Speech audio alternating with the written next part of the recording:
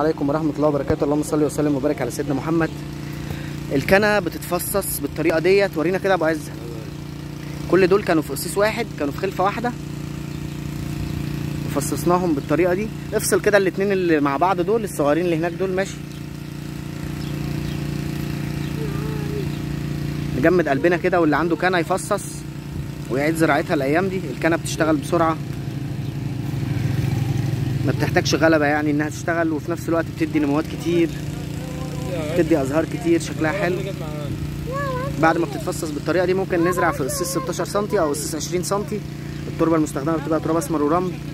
التراب 3/4 حجم القصيص، والرمل بيكون ربع حجم القصيص. بتتزرع بالطريقه دي.